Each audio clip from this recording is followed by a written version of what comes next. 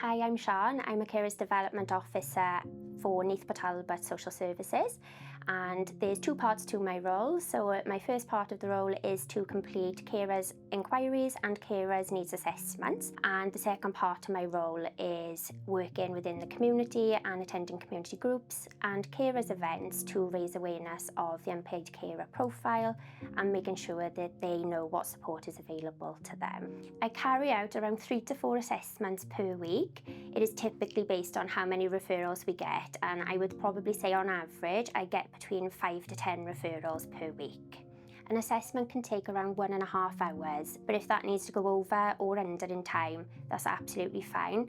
I much prefer for that person to have the time and the space to be able to answer questions fully and to share their experiences without feeling rushed. And that is often led by how comfortable they are in talking to myself and what their experiences are on that particular day. I prepare for an assessment by making sure that I first fully read the referral information. I also then take a look at any case notes and recordings that are on the system linked to that particular person, and that way I've got a base understanding of what their needs are and what their situation is. I would also look as well at our staff alert system just to ensure that there's no risk to myself if I was to attend the property.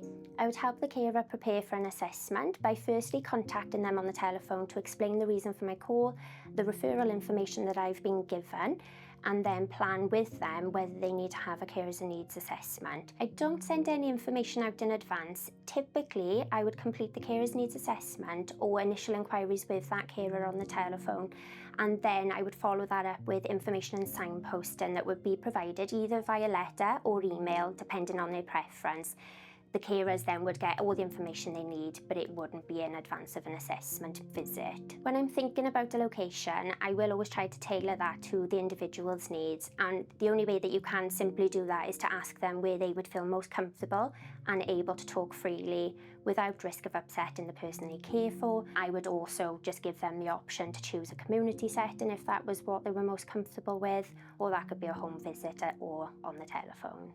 I would make sure that I make the carer feel able to open up and at ease by just reminding them that it is an informal conversation that they're having with me.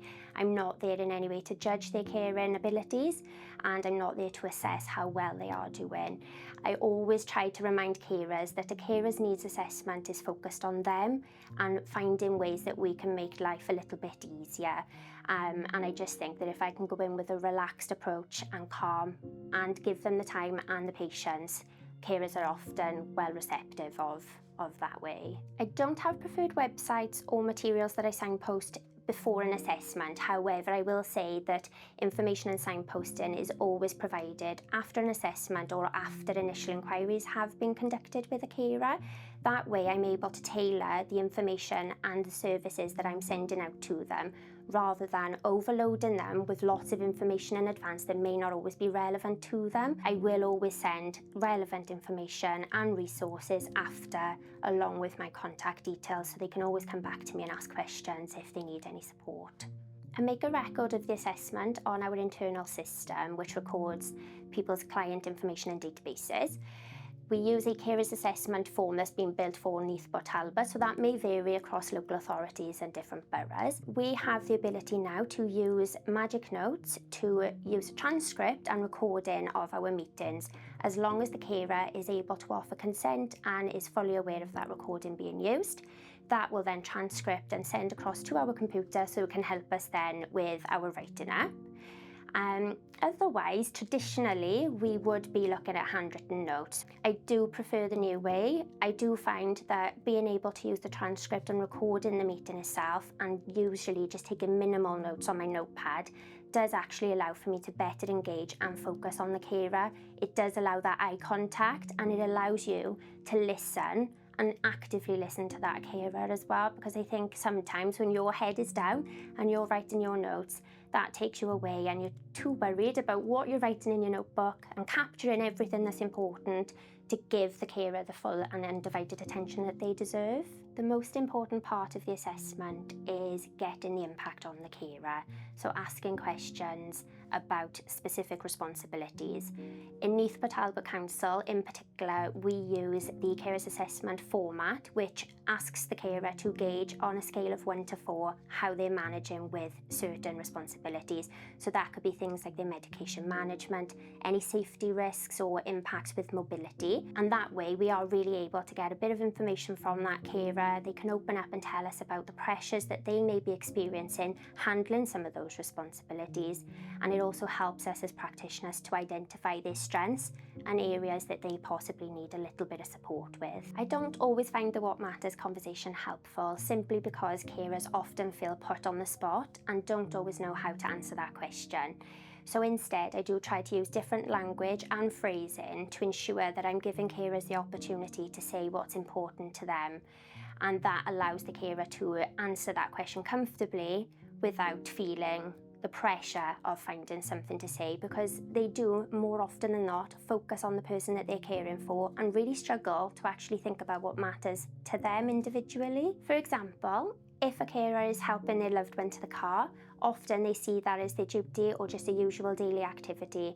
They're not always recognising that some of the responsibilities that they have go far beyond what is expected of them as a normal partner, human individual. If the carer identifies certain needs, I try to address that by taking interest in what it is they're asking about. I will always try to work within my remit and let them know if there's any limitations in accessing the support they are requesting. I'll always try to ask a few questions as well, just for me to get a better understanding of the support they're asking about, why they think it could benefit them or the person they're caring for, and always check whether they've accessed any support previously as well. Following on from that, I would then be able to have discussions with the carer to explore any support or known services that I'm aware of that I could potentially make referrals to, or alternatively I can look at making internal referrals to the local authority and external agencies if needed as well. When it's not possible to provide the support the carer wants, I always try to manage their expectations. We'll have open conversations about the support that possibly is available for them, and we can have a discussion about referrals to services, whether that's internal services or external services. I'm very conscious that I work within my remit and my limitations, and I do make that very clear to the carers that I'm speaking with. They're always made aware of possible waiting times and the possibility that actually that support might not be implemented. So I think as long as you're open and honest with the carer initially, they are usually satisfied and happy that you've been honest with them. A cared for person does often sit in on the carer's assessment. This is sometimes unavoidable depending on their caring needs and if they're able to be left alone. This can be a little bit of a distraction and a disturbance to the carer's assessment, but I do try to always bring the focus back to the unpaid carer. The purpose of me being there is to focus on them and primarily get their answers. However, I do find that on occasions, if we are discussing care and support that does impact the cared for person, it can be really useful actually to get their opinion and their consent for me to be able to go on and make any referrals for support for that person as well. At the end of the assessment, I'll give a recap to the carer just to let them know what referrals I'm going to be making. Secondly, I will then let them know that I'll send a letter or an email to provide information and signposting to relevant services and to provide my contact details in case they need to make any future inquiries regarding unpaid carer support.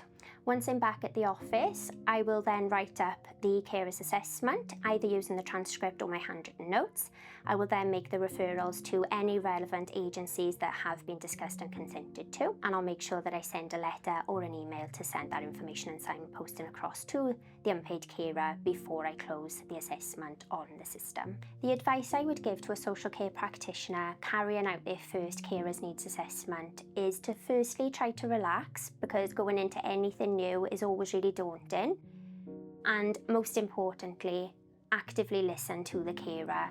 Allow them the time to talk and the pace to talk without interruption. From my experience, most carers just want to be able to tell their story and share their experiences to somebody that is kind, able to listen to them, and shows a genuine interest in their situation.